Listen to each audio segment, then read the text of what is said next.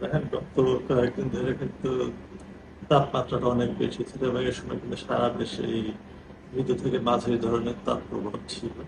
পরবর্তীতে আমরা একটু বলে যে এটা প্রশমিত হবে এবং বৃষ্টিটা হলে এটা প্রশমিত হবে।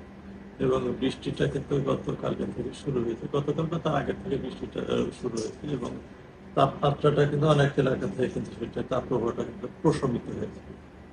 এবং আমরা কিন্তু যে বৃষ্টিপাত বাড়বে আশঙ্কায় কিন্তু গতকাল সন্ধ্যার সময় কিন্তু একটা ভারী বর্ষণের সতর্কতা সংকেত জারি করছে।